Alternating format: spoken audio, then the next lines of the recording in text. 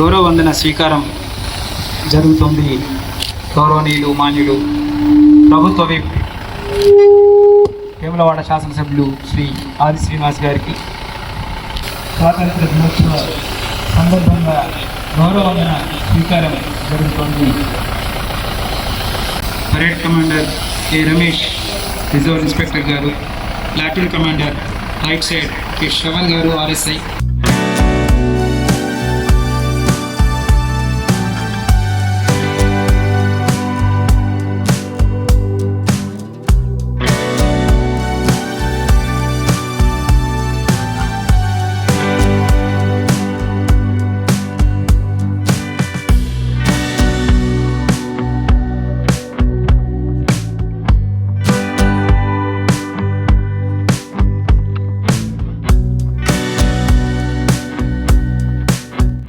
వేడుకల్లో పాల్గొని చేసిన ప్రజలకు, ప్రజాప్రతినిధులకు, జిల్లా అధికారులకు, సిబ్బందికి, విద్యార్థులకు, ప్రింట్ అండ్ ఎలక్ట్రానిక్ మీడియా మిత్రులకు నా హృదయపూర్వక శుభాకాంక్షలు తెలియజేస్తున్నాను.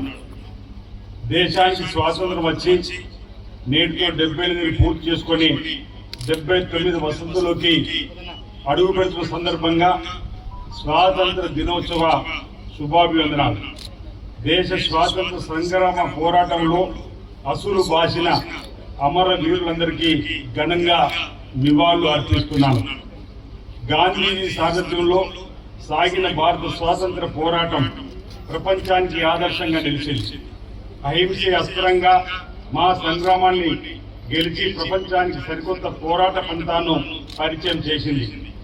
మహాత్ముడి సారథ్యంలో బయట శత్రువులైన బ్రిటిషర్లపై యుద్ధం గెలిచిన మనం, పండిట్ జవహర్లాల్ నెహ్రూ సారథ్యంలో దేశ అంతర్గత శత్రువులైన పేదరికము, అసమానతలు, అస్పృశ్యత, అంటరానితనంపై పోరాడానికి నాంది పలికాం. మనం సాధించుకున్న స్వాతంత్రానికి అర్థం, పరమార్థం చేకూర్చే ప్రజాస్వామ్య పాలనకు పునాదులు వేసుకున్నాం.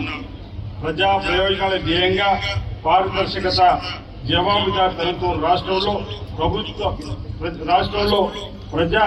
ప్రభుత్వ పాలన కొనసాగుతున్నది. అభివృద్ధి, సంక్షేమం, సమపాలనలు రంగరించి జోడు గుర్రాల తరాల్లో సుపరిపాలన రథాన్ని పరుగులు పెట్టించడంలో సఫలీకృతం అవుతున్నామని జిల్లా ప్రజలకు తెలియజేస్తున్నాను. ప్రజా ప్రభుత్వం ద్వారా జిల్లాలో అమలు చేస్తున్న పలు సంక్షేమ అభివృద్ధి కార్యక్రమాలు క్లుప్తంగా మీ ముందు ఉంచుతున్నాను. మహిళా సంఘాల నుంచి వ్యాపార రంగం వైపు ఇందిరా మహిళా శక్తితో భాగంగా జిల్లా గ్రామీణ అభివృద్ధి సంస్థ మిప్మా ఆధ్వర్యంలో రైతులకు సకాలంలో ఎరువులు అందించేందుకు జిల్లాలోని గ్రామ సంఘాల ద్వారా 23 ఫర్టిలైజర్ షాపులు ఏర్పాటు చేసి ప్రారంభించడం జరిగింది. 2024 సంవత్సరానికి గాను ప్రతిష్టాత్మక ఆత్మ నిర్భర్ సంఘటన జాతీయ అవార్డుకు రాష్ట్రం నుంచి ఇల్లంతకుంట మండలం ఆదర్శ మండల సమైక్య ఎంపిక చేయబడింది. ఢిల్లీలో కేంద్ర మంత్రి అవార్డు అందుకోనున్నారు. యాసంగి 2024-20 సీజన్ గాను 189 కొనుగోలు కేంద్రాల్లో 33,972 రైతుల నుంచి 469,90,00,000 విలువైన 20,25,800 క్వింటాళ్ల వరి ధాన్యం రికార్డు స్థాయిలో కొనుగోలు చేయడం జరిగింది. గ్రామైక్య సంఘాలకు రూపాయలు 6,48,00,000 ఆదాయం చేకూరింది. మహిళా సభ్యులకు ఈ ఆర్థిక సంవత్సరంలో జిల్లాలో 691 లక్షలు గాను ఇప్పటిదాకా 1,586 యూనిట్లు గుర్తించి 710 యూనిట్లు గ్రౌండింగ్ చేయడం జరిగింది. 2025-26 ఆర్థిక సంవత్సరం గాను ఎస్ఎల్సి ద్వారా ప్రభుత్వ పాఠశాలలు, హాస్టల్స్ 32,269 విద్యార్థులు స్కూల్ యూనిఫామ్లు కుట్టించడం జరిగింది. సంఘ సభ్యులకు రూపాయలు 24,20,000 ఆదాయం చేకూరింది. 2వ జత యూనిఫామ్లు కుట్టించడం జరుగుతూ ఉంది. మహిళలకు పెట్రోల్ పంప్ స్థాపన గంభీరావుపేట మండలం లింగన్పేటలో శ్రీ షిరిడి సాయి గ్రామ సమైక్య సంఘం ద్వారా ఇటీవల పెట్రోల్ పంప్ ప్రారంభించడం జరిగింది. అలాగే జిల్లా సమైక్య ద్వారా సిరిసిల్లలో మరో పెట్రోల్ పంప్ ఏర్పాటు చేసేందుకు ప్రతిపాదన పంపించడం జరిగింది. జిల్లాలోని 9 మండల సమైక్యలకు 9 ఆర్టీసీ బస్సులు ఇప్పుడు ఇప్పించడం జరిగింది. ప్రతి నెల 69,400 రూపాయలు ఆర్టీసీ ద్వారా మండల సమైక్యలకు ఆదాయం చేకూరడం జరుగుతున్నది.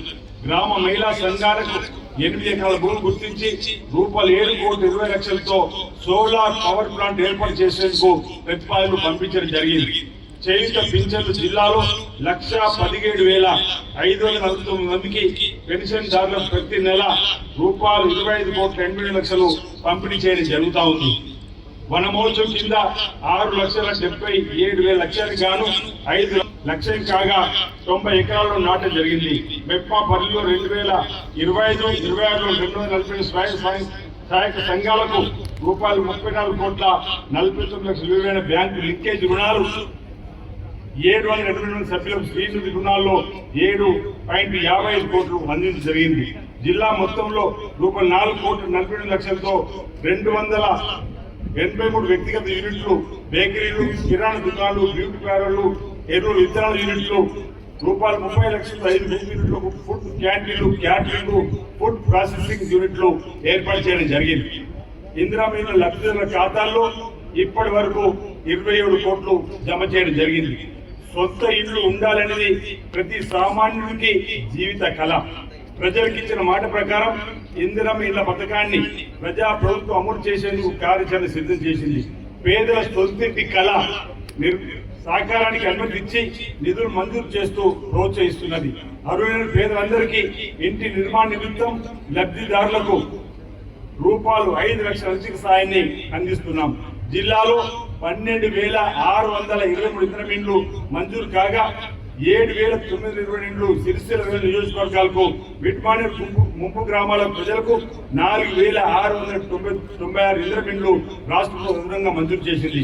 ఇప్పటి వరకు 8,928 నిర్మాణం మంజూరు ఉత్తర్వులు పంపించేయగా 5,222 గృహాలకు లబ్ధిదారులు ముగ్గుపోయడం జరిగింది.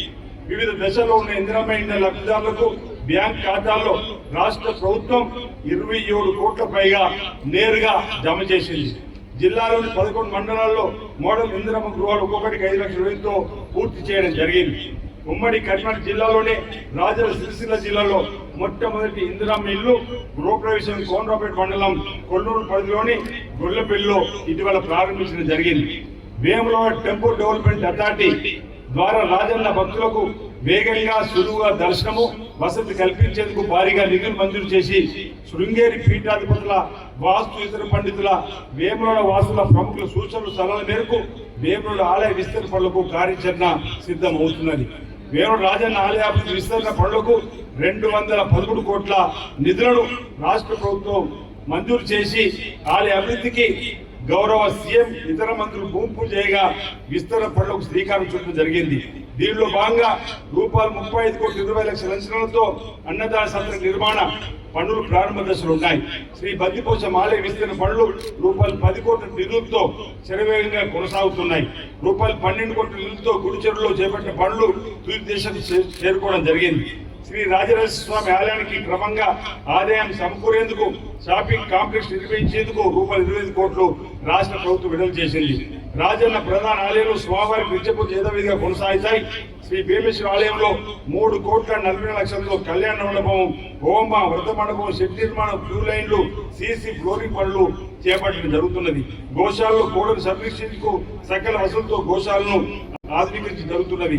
గోశాలలోని జీవాలకు పచ్చిగడ్డి సమస్య పరిష్కారానికి 40 ఎకరాల ప్రభుత్వ భూముల్లో పచ్చిగడ్డి పెంచేందుకు చర్యలు ప్రారంభించడం జరిగింది.